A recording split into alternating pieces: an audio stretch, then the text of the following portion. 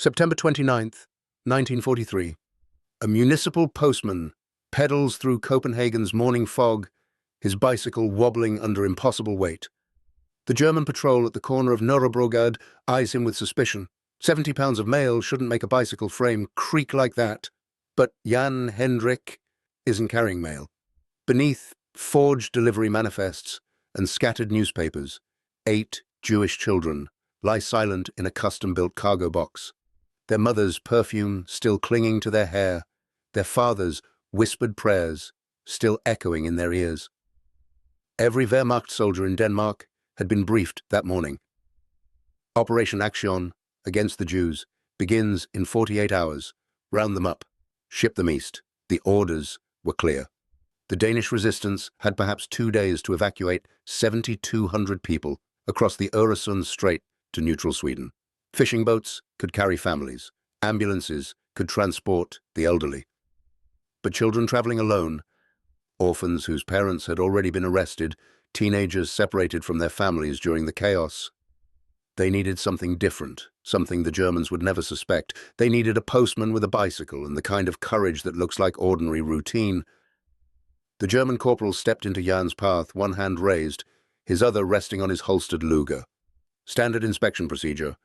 Check papers, verify cargo, move along. But if he looked inside that cargo box, if he heard the shallow breathing of terrified children, 8 lives would end before lunch, and the postman who carried them would follow by sunset. Before we jump back in, tell us where you're tuning in from, and if this story touches you, make sure you're subscribed, because tomorrow I've saved something extra special for you. Jan Hendrik had worked for the Copenhagen Postal Service since 1936, peddling the same routes through the same neighborhoods with the mechanical reliability that made him invisible. Postmen were infrastructure, like street lamps or sewer grates, too ordinary to warrant attention, too essential to disrupt. The German occupation administration had learned this quickly. When they'd arrived in April 1940, they'd catalogued every resistance suspect, every political agitator, every potential saboteur.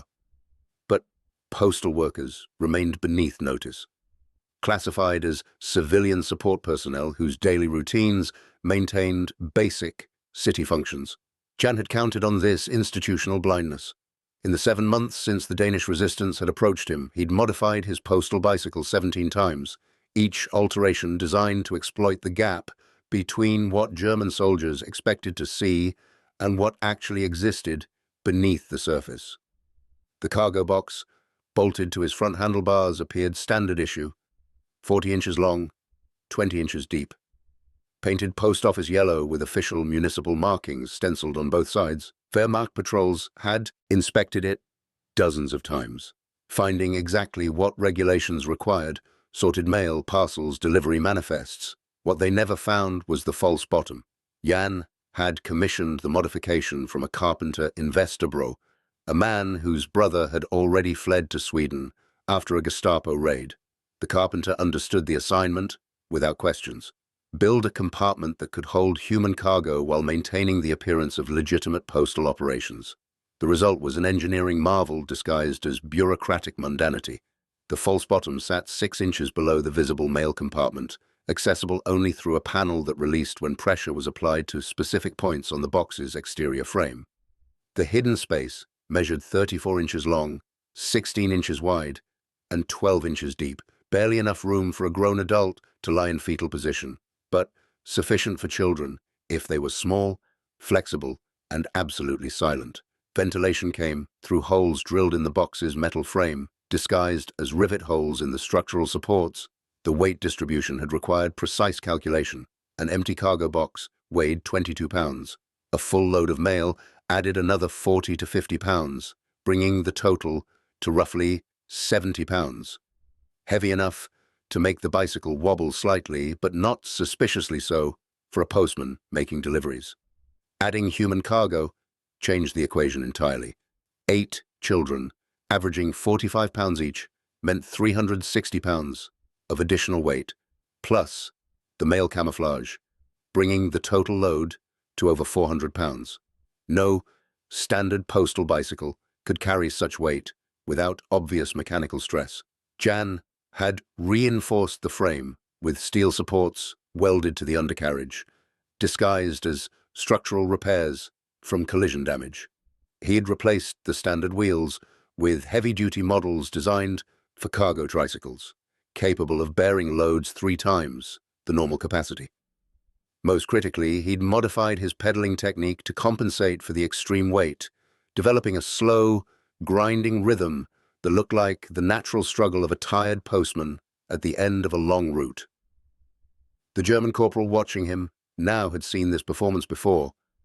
Jan's papers identified him as a municipal employee, Category C, authorized for civilian movement within Copenhagen city limits. His postal identification card bore the proper stamps and signatures. His route assignment for today matched the manifest attached to his cargo box. Morning deliveries along Nørrebrogade, afternoon pickups in the Øresund district. Everything about Jan Hendrik appeared legitimate, documented, routine. Everything except the way his bicycle frame creaked under weight that shouldn't exist. The corporal stepped closer, his eyes narrowing. He had been in Denmark for 18 months, long enough to recognize when something felt wrong, even if he couldn't immediately identify the problem. Jan kept his expression neutral. The tired resignation of a civil servant interrupted during his rounds.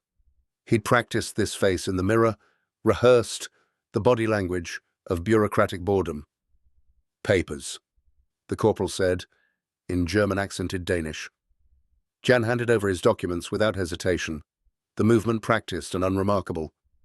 While the German examined his identification, Jan's mind calculated distances and angles. The nearest alley was 20 feet to his left.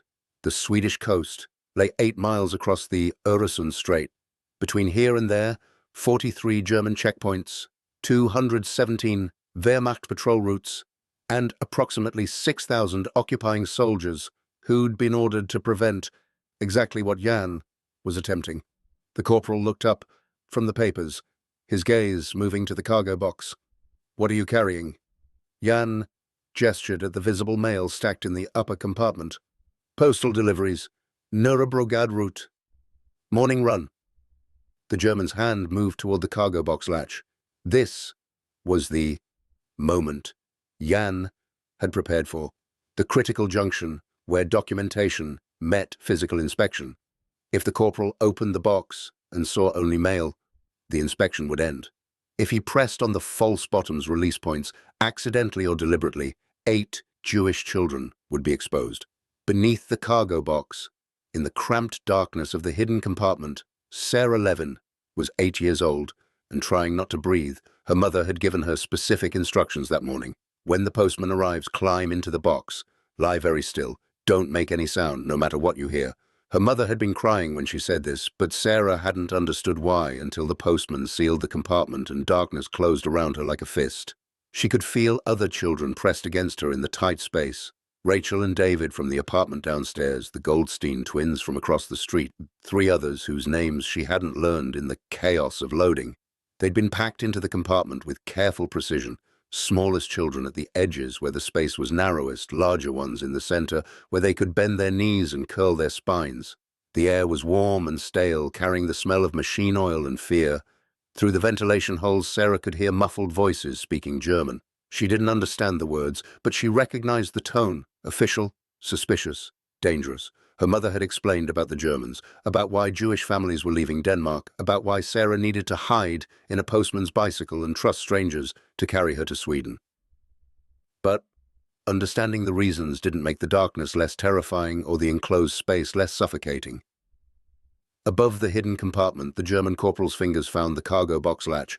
Jan watched the motion with professional detachment, his heartbeat steady despite the adrenaline flooding his system. This was his 47th transport run since September 1st. He'd carried 132 people to safety using variations of this same cargo box system. The German patrols had stopped him 63 times, inspected his bicycle 41 times, and never once discovered the false bottom. Statistical probability suggested his luck would eventually fail, but statistics were abstractions. Right now, in this specific moment, Jan's survival depended on maintaining the performance of routine bureaucracy while a Wehrmacht corporal decided whether to conduct a cursory inspection or a thorough search. The corporal opened the latch and looked inside. Stacked mail bundles, properly sorted and labelled. Delivery manifests with official postal stamps, everything correctly organized, according to municipal regulations. He reached in and moved several parcels, checking beneath them for contraband, weapons, resistance literature, black market goods, standard inspection protocol. Jan remained motionless, his expression showing mild impatience at the delay, but no anxiety. This was the crucial detail he'd learned through experience. Innocent people showed irritation at bureaucratic interruption. Guilty people showed fear. The corporal closed the cargo box and handed back Jan's papers. "Move along." Jan accepted his documents with a slight nod and continued pedaling north along Nørrebrogade, his bicycle frame creaking under its impossible weight.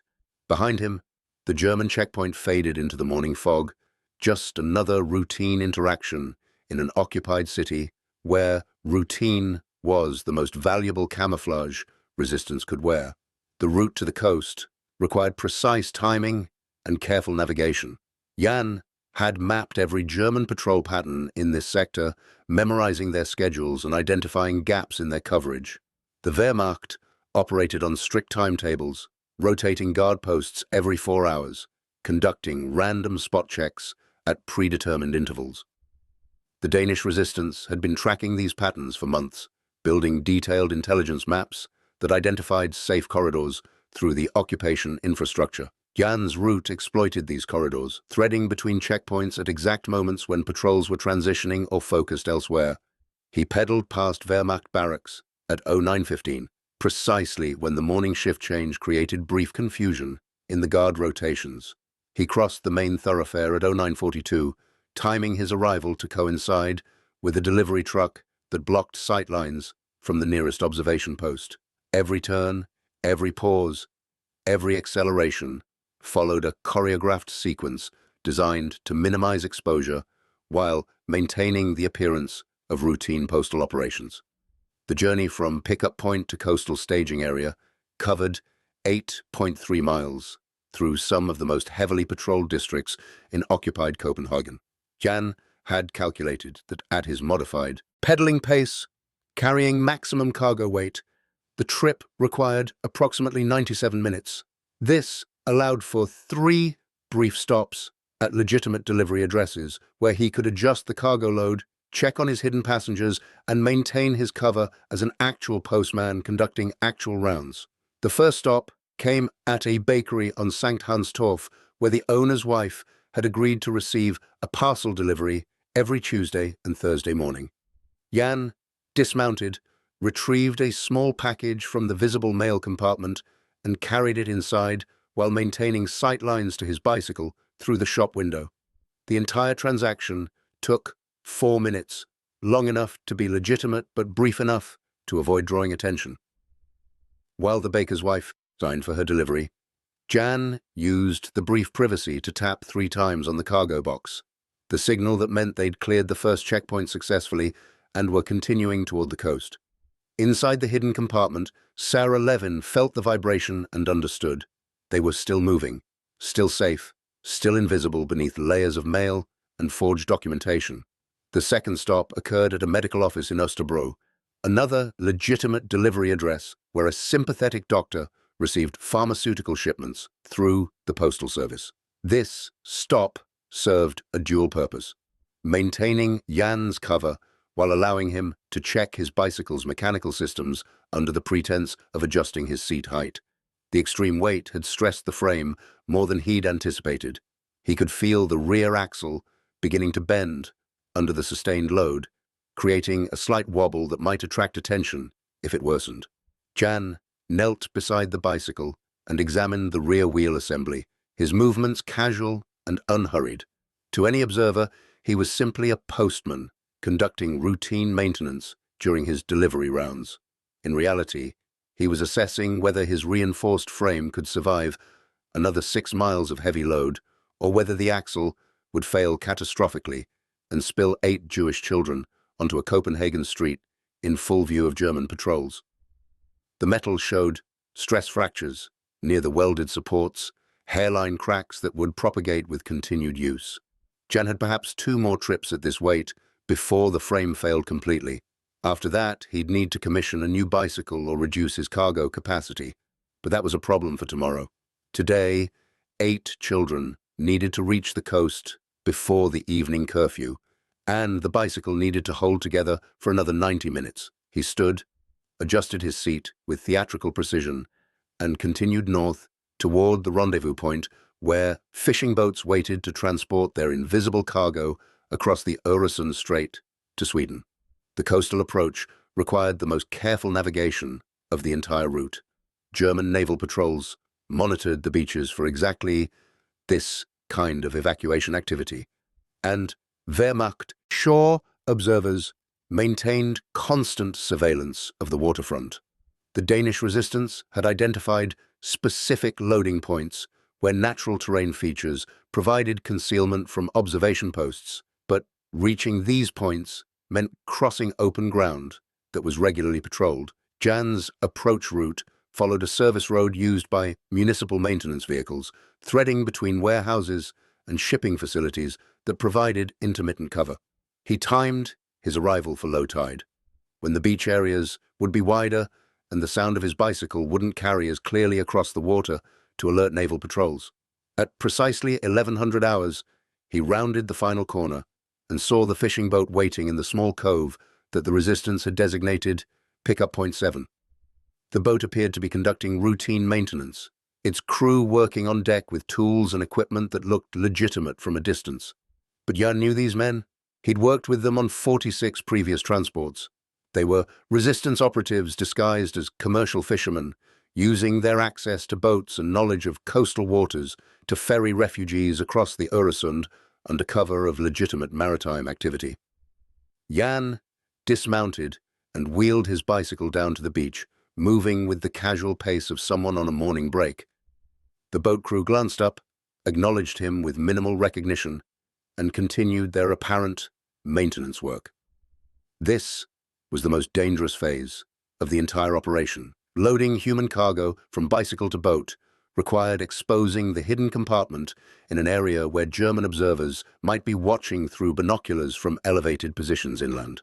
The resistance had developed specific protocols for this moment. Jan positioned his bicycle between the boat and the inland observation points, using the vehicle itself as a visual barrier. One crew member approached with a mail sack, ostensibly to collect postal deliveries. In reality, he was creating additional screening while Jan released the false bottom panel. The compartment opened with a soft click. 8 children blinked in sudden daylight, their eyes adjusting after nearly 2 hours in darkness. They didn't speak. They'd been trained for this moment, instructed to move silently and quickly when the compartment opened at the coast. Sarah Levin climbed out first, her legs stiff and cramped from the confined position. A crew member lifted her across to the boat in a motion that looked like passing cargo. The other children followed in rapid succession, each transfer accomplished in seconds, each movement choreographed to minimize exposure. Within 4 minutes, all 8 passengers had been loaded into the fishing boat's hold, hidden beneath nets and equipment. Jan closed the false bottom panel and accepted a signed receipt for mail delivery from the crew member, documentation that would explain his presence at this location if questioned later. The fishing boat's engine coughed to life, a perfectly legitimate sound on a working vessel.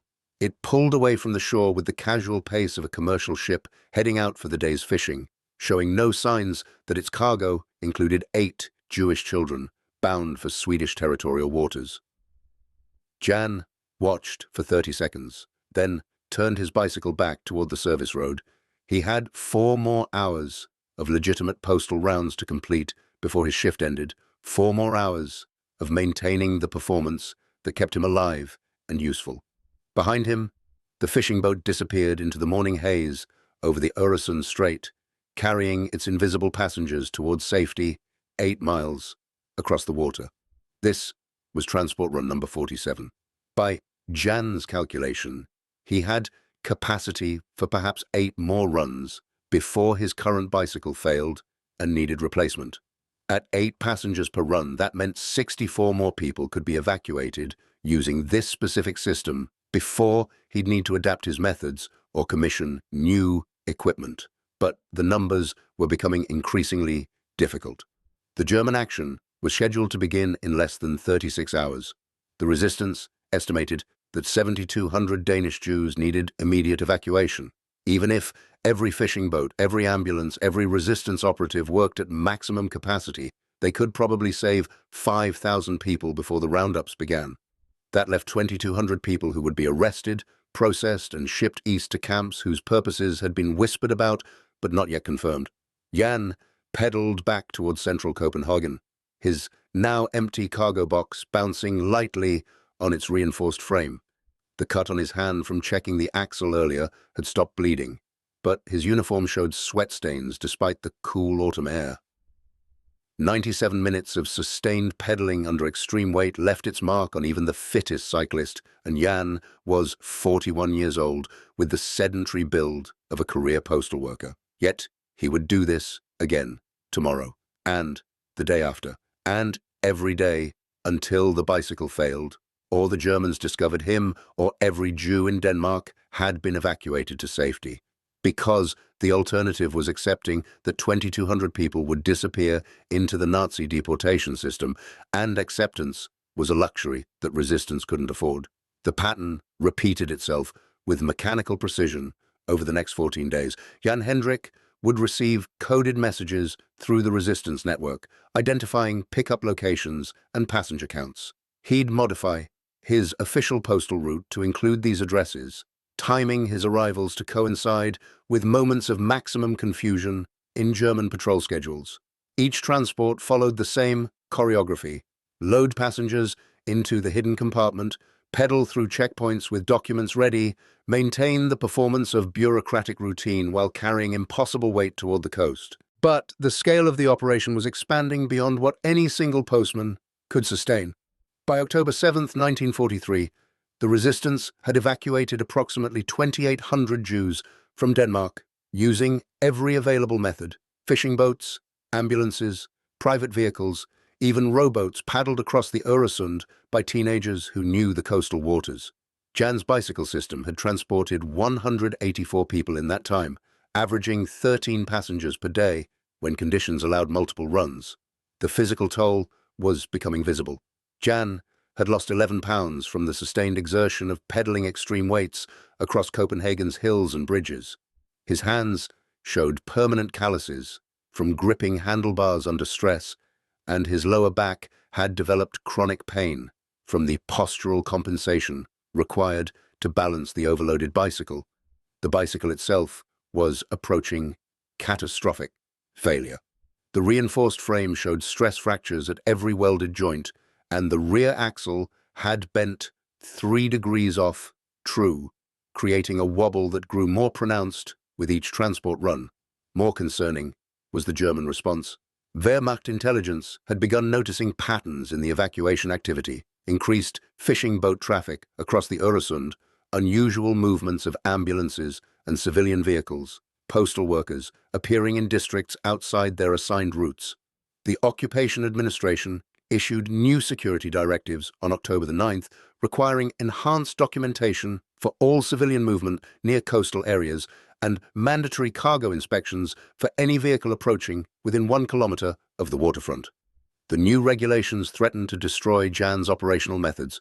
His postal identification granted him access to most of Copenhagen, but the coastal approach routes now required additional permits that didn't exist for legitimate postal workers. Forging the new documentation would take time the resistance didn't have, and attempting to bypass the checkpoints entirely would draw exactly the kind of attention that had kept Jan invisible for 6 weeks.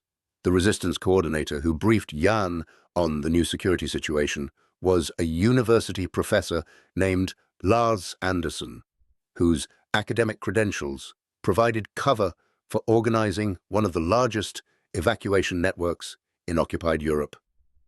They met in a bookshop basement on Nørrebrogade, surrounded by crates of banned literature and resistance pamphlets that would mean execution if discovered. "The coastal routes are compromised," Lars said, spreading a hand-drawn map across a shipping crate. "Wehrmacht has established new checkpoints here, here, and here." He pointed to positions that cut directly across Jan's primary approach corridors. They're specifically targeting vehicles carrying suspicious weight, which means your bicycle system is now extremely vulnerable. Jan studied the map, calculating alternative routes. Every option required either longer distances that would exceed his bicycle's remaining structural integrity, or passes through districts with heavier German presence where his modified cargo box would face more frequent inspections. The tactical equation had shifted against him. "How many people are still waiting for evacuation?" Jan asked. Lars consulted a notebook filled with coded entries. "Approximately 4,100. We've got boats lined up in Sweden, but we can't get passengers to the coast without exposure. The new checkpoints are staffed by Gestapo auxiliaries who actually know what they're looking for, not regular Wehrmacht who can be fooled by proper documentation." Jan traced his finger along the map, following the route he'd used for 47 successful transports. The new checkpoint positions were positioned precisely to interdict that corridor, suggesting either coincidental security enhancement or, more worrying, intelligence that the Germans had developed about resistance evacuation methods. If you find this story engaging, please take a moment to subscribe and enable notifications. It helps us continue producing in-depth content like this. "What about the bridges?" Jan asked, pointing to the water crossings that connected Copenhagen's districts. "Can we route through areas the checkpoints don't cover?" Lars shook his head. "They've thought of that. Bridge approaches all have observation posts now. Anything unusual gets reported immediately." He looked at Jan with the expression of a commander about to give orders he knew might be fatal. "We need to modify the operation. Smaller loads, different timing, maybe shift to night transports when there's less visibility." Jan considered the suggestion. Night operations would provide concealment, but they'd also make his presence as a postal worker completely illegitimate. Postmen didn't make deliveries after dark. Being caught on a bicycle at night near the coast would be instantly suspicious, requiring explanations that no forged documentation could support. The cover that had protected him for 6 weeks would evaporate the moment he attempted nocturnal transport. "I'll keep running day operations," Jan decided. "But I need to change the cargo capacity and the routes. Smaller loads mean more trips, but it also means less weight stress on the bicycle and less suspicious appearance at checkpoints." Lars made notes in his coded notebook. "How many more runs do you think you can make before the bicycle fails completely?" Jan did the mental calculation based on the visible stress fractures and axle deformation. "Maybe 12 more transports at reduced weight. Call it 4 passengers per run instead of 8. That's 48 people if everything holds together, and the Germans don't enhance security any further." The numbers were brutal in their inadequacy. 48 people out of 4,100 still waiting for evacuation. Even if every resistance operative maintained maximum operational tempo, even if every fishing boat made round trips until their engines failed, the math didn't work. Thousands of Danish Jews would still be trapped in Copenhagen when the deportation orders came through. But 48 people was better than 0. 48 families would reach Sweden instead of cattle cars heading east. 48 sets of parents would watch their children grow up in safety instead of disappearing into the Nazi camp system. The resistance operated on this arithmetic: save whoever you can, 1 transport at a time, until the system collapses, or the war ends, or the Gestapo kicks down your door. Jan left the bookshop through the back entrance, wheeling his damaged bicycle through an alley that emerged 3 blocks from any German checkpoint.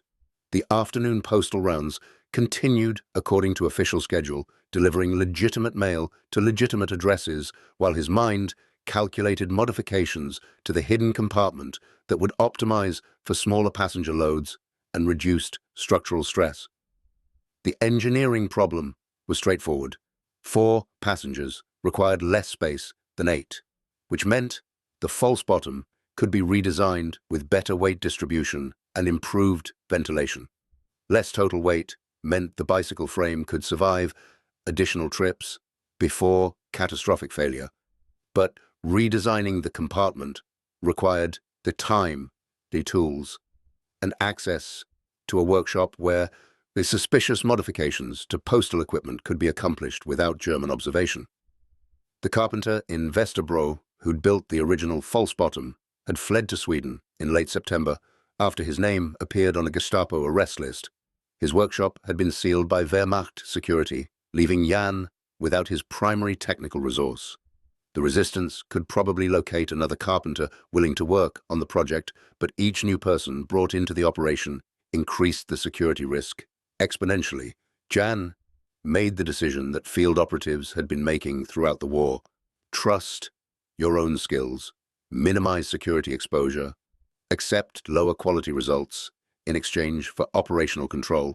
He would modify the cargo box himself, working in his apartment during evening hours when German patrols were focused on enforcing curfew in commercial districts rather than monitoring residential buildings. The modification took 3 nights of careful work, with hand tools that couldn't be explained if discovered during a random search. Jan removed the original false bottom panel and rebuilt it with a smaller footprint, 30 inches long, instead of 34, reducing passenger capacity, but improving structural integrity. He relocated the ventilation holes to positions that wouldn't align with stress points in the frame, and added padding made from postal sack material that would reduce noise when passengers shifted position during transport. The rebuilt compartment was tested on October the 13th with a dry run, carrying sandbags instead of human passengers. Jan pedaled his modified route through the new checkpoint positions, timing his arrival to coincide with shift changes when inspection procedures were less rigorous. The bicycle's performance improved noticeably with reduced weight. The frame wobble decreased, and the damaged axle showed no additional deformation after 8 miles of loaded pedaling. But the new checkpoints proved exactly as problematic as Lars had predicted. The Gestapo auxiliaries staffing these positions were recruited from Danish collaborators who knew local geography and could recognize suspicious patterns that German soldiers might miss. They asked detailed questions about postal routes, demanded to see delivery manifests with specific addresses, and conducted thorough cargo inspections that went beyond cursory glances into the mail compartment. Jan passed the first checkpoint by producing flawless documentation and maintaining perfect bureaucratic composure. The second checkpoint detained him for 14 minutes, while a Danish collaborator examined every piece of mail in his cargo box, checking addresses against a master list of Jewish residences that the Occupation Administration had compiled. The inspection didn't discover the false bottom, but it consumed time that Jan needed for completing his actual transport operation. By the time he reached the coastal staging area, his window for loading passengers had narrowed to less than 6 minutes before the next scheduled patrol sweep. The fishing boat crew worked with practiced efficiency, transferring 4 passengers from bicycle to boat in 3 minutes 40 seconds, but the reduced margin for error was unsustainable. 1 delayed checkpoint inspection, 1 unexpected patrol alteration, 1 mechanical failure, and the entire operation would collapse with passengers exposed in the open. Jan completed 3 more transports over the next 4 days, each run pushing closer to the edge of operational viability. The bicycle's frame was developing new stress fractures faster than the reduced weight could compensate for. The German checkpoints were becoming more thorough with each passing day, suggesting that Wehrmacht intelligence was actively analyzing resistance evacuation methods and adapting their security procedures accordingly. On October 17th, the system finally broke.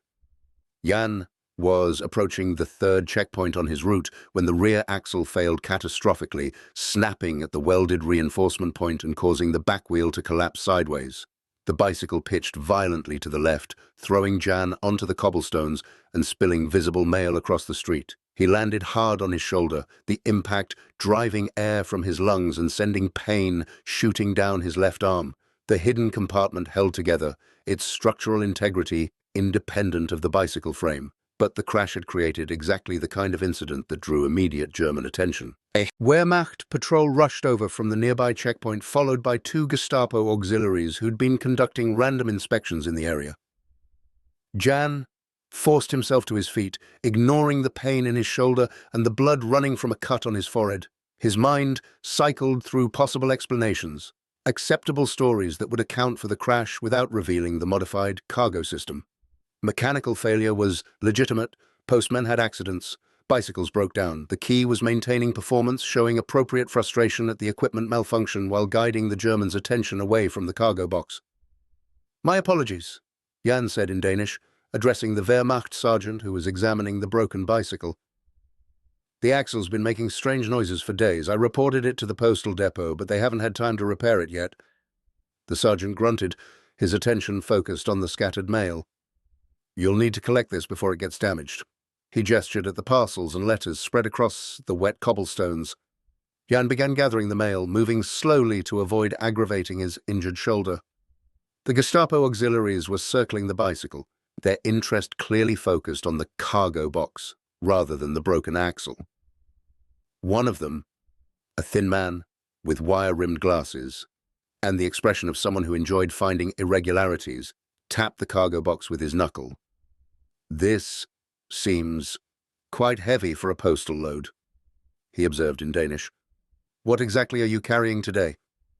Jan maintained his composure, the bureaucratic weariness of a civil servant interrupted during legitimate work.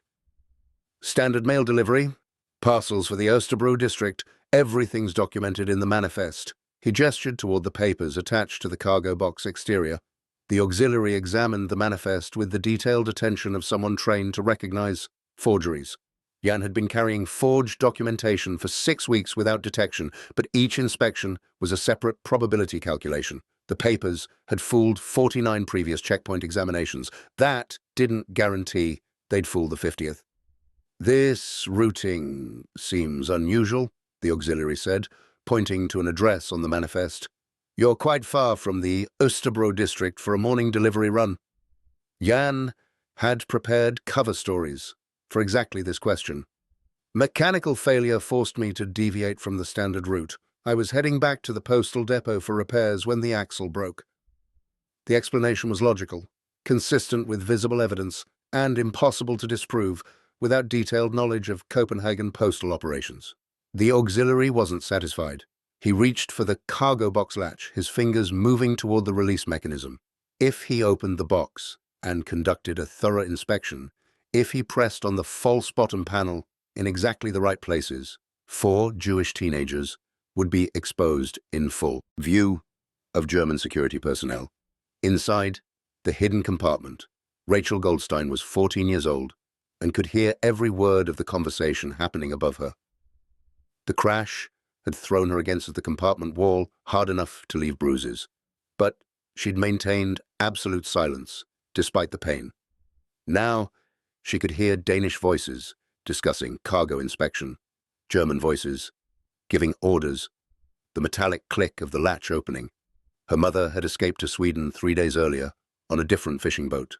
Her father had been arrested in September and was already in German custody.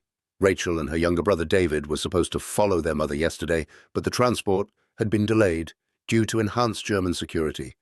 The postman was their last chance.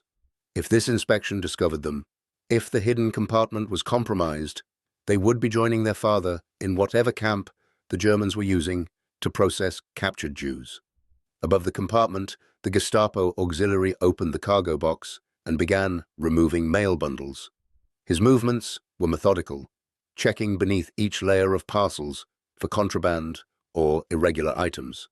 The Wehrmacht sergeant had lost interest and returned to directing traffic around the broken bicycle, but the auxiliary was performing his inspection with the thoroughness of someone who believed he'd found something worth investigating.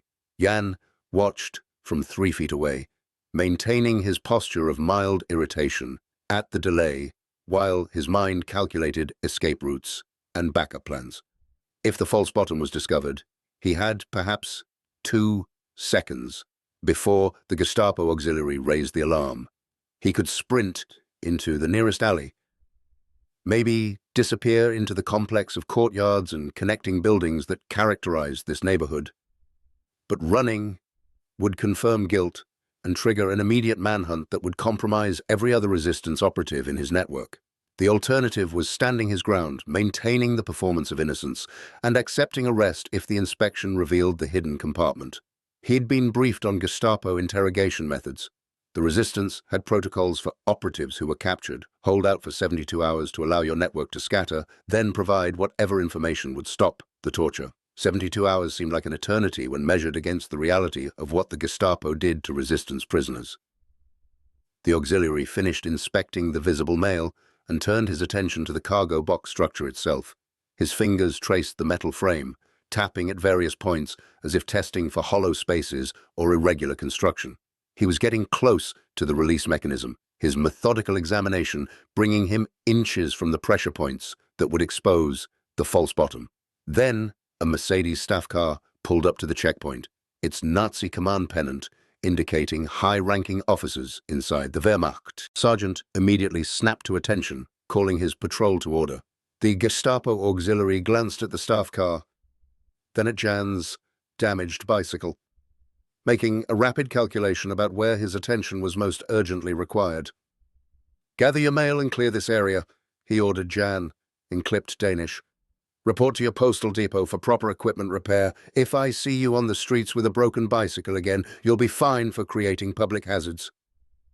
Jan acknowledged the order with a nod and began collecting his scattered mail while the auxiliary hurried toward the staff car to render proper respects to whoever was inside.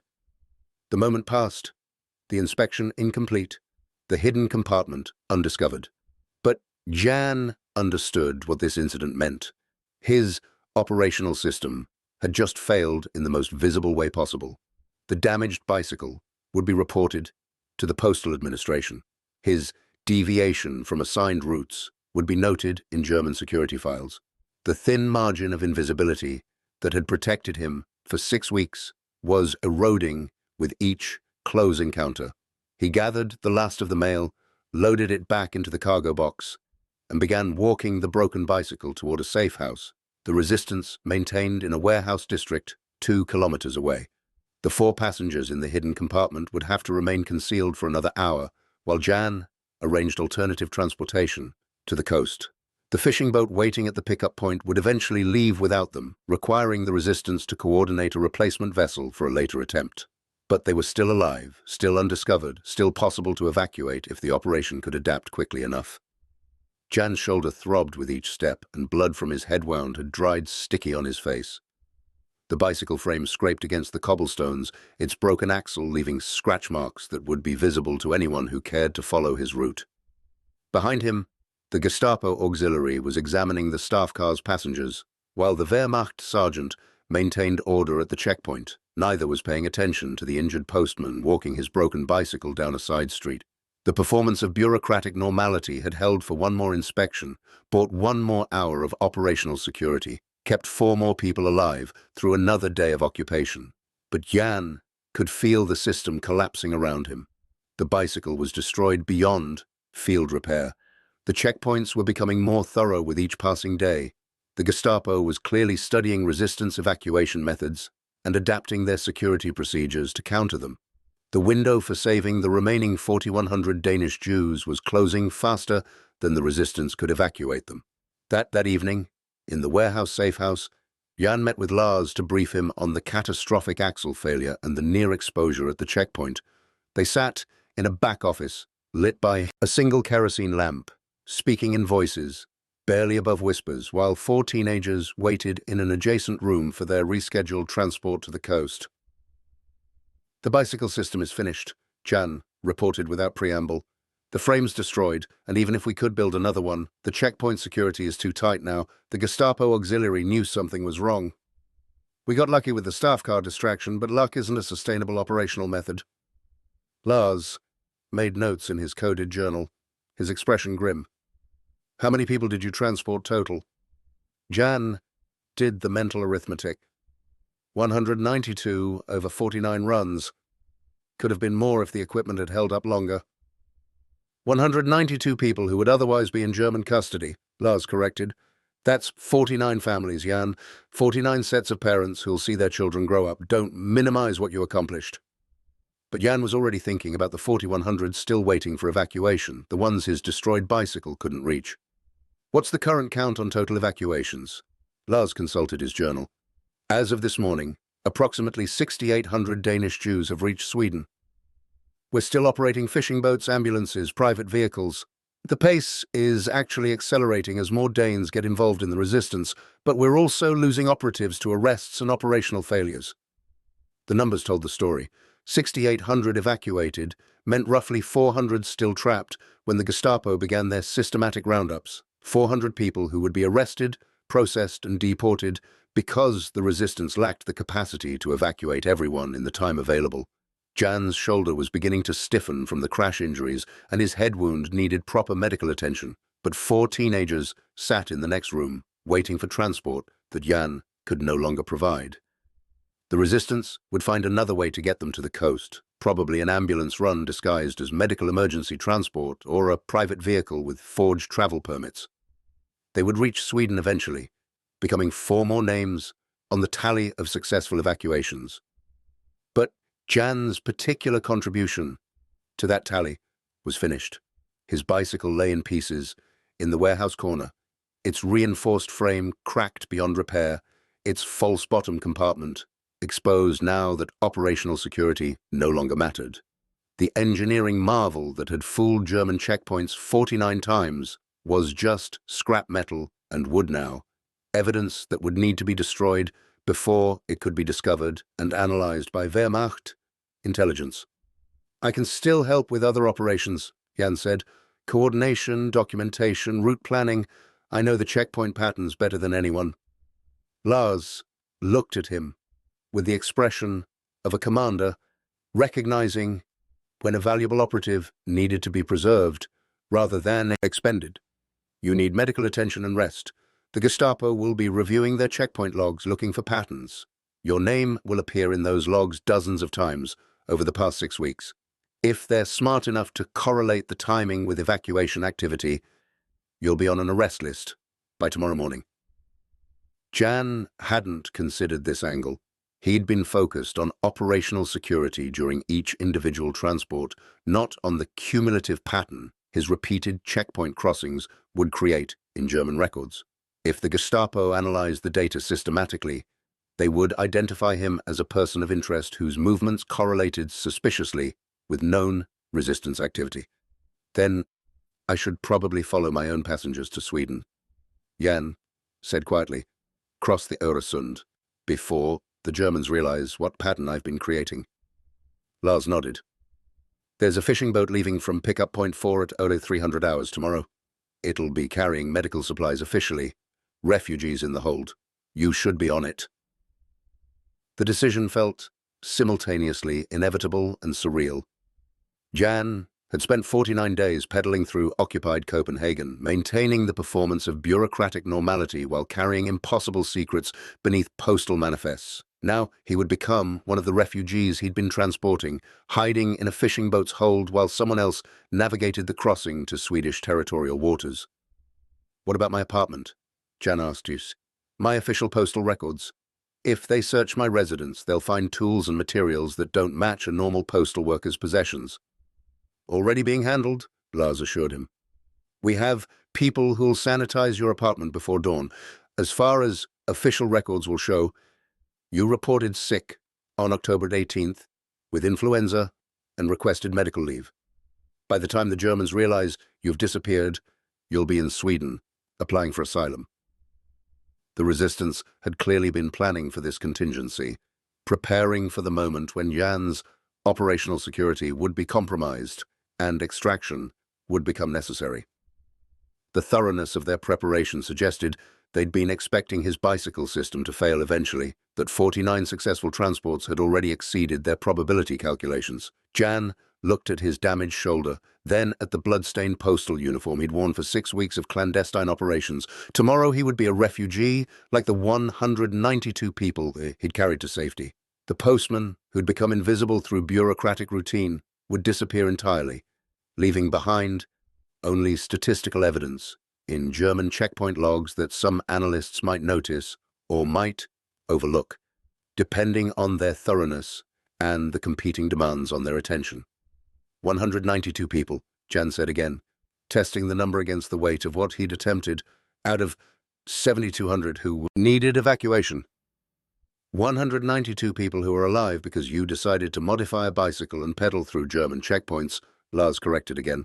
The mathematics of resistance don't work the same as conventional military campaigns. We measure success one life at a time, one transport at a time, one day of continued survival at a time. The fishing boat that carried Jan across the Øresund on October the 19th, 1943, was captained by a man named Erik Petersen, whose brother had been among the first resistance operatives arrested when the German occupation began. Erik had been running refugees to Sweden for 8 weeks, making 4 trips per week when conditions allowed, carrying approximately 30 people per crossing. His boat had transported over 900 Danish Jews to safety, and he would continue operating until the evacuation was complete or the Gestapo shut down his operation. Jan sat in the hold, surrounded by medical supply crates and 17 other refugees, listening to the diesel engine's rhythmic pulse as the boat navigated through darkness toward the Swedish coast, 8 miles away. His shoulder had been properly bandaged by a resistance doctor before the crossing, and his head wound had been cleaned and stitched with the expedient medicine that characterized wartime medical care. Around him, the other refugees maintained the silence that was essential during crossings. German patrol boats monitored the Øresund with radar and searchlights, looking for exactly this kind of nighttime maritime traffic.